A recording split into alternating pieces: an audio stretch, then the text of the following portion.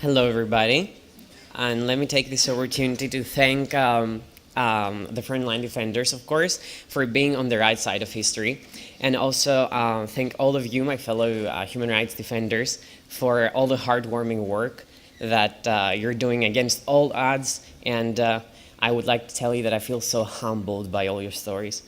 So let me begin my oral testimony with a personal quote. Every time I leave my house, the war mode is turned on. This quote describes precisely the state of mind I grew up in.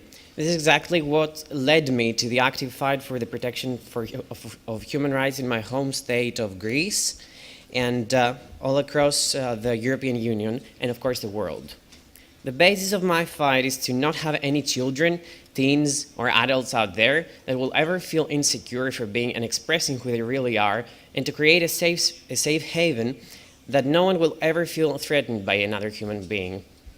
Our union might have made leaps towards respecting and protecting human rights, but its states still have a long way to go until being on the same level.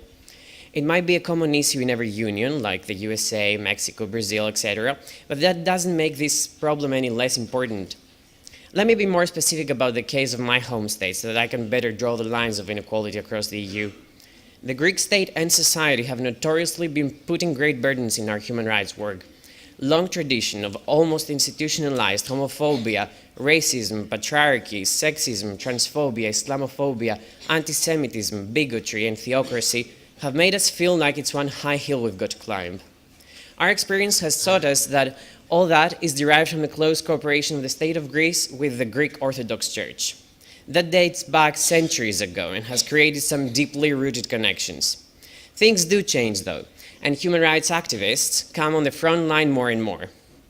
So now let me share a personal story that literally brought me at the forefront of human rights defense in the state of Greece when my fiancé at the time and I were victims of a homophobic attack by some police officers while walking hand in hand on the 26th of July of 2004, downtown Athens, close to the Acropolis, for those of you who know. The issue was massively publicized and was led to the parliament. The state government was having plenty of awkward moments in handling it, and the police had to be pushed by the justice system to properly do their job. The case is indefinitely now filed, and we have no clue when the state's prosecutor is going to further push for the persecution of the police officers while we're facing the threat of a counter lawsuit. Homophobic and transphobic attacks, as such, are happening almost daily, from bullying at school to institutionalized attacks by some police officers, and while my case was one of the very few that were filed as an official lawsuit with personal data, there are many other cases, anonymous and not, that I'm helping record in my various capacities so we can lobby the state government and bring about positive change. The enjoyment of civil and political rights by all those who are not adult males, are not ethnic Greek, do not adhere to the official Orthodox Christian religion, do not have a majority sexual orientation or gender identity, and/or are persons with disabilities, is inhibited by institutional or de facto discrimination, as inter alia anti-discrimination and anti-racism legislation is rarely adopted and applied. Hate speech on the grounds of sexual orientation or gender identity, as well as against Jews and Roma, is mainstream even among politicians and bishops.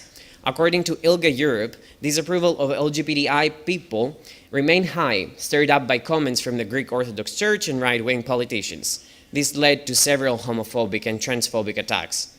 Positively, the parliament adopted a law punishing bias-motivated speech and crime, including on grounds of sexual orientation and gender identity. Rules were also modified to punish homophobic and transphobic behavior among the police.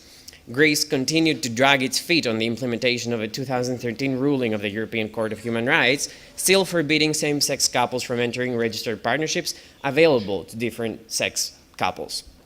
I will have more data to share with you if you want. You can approach me later.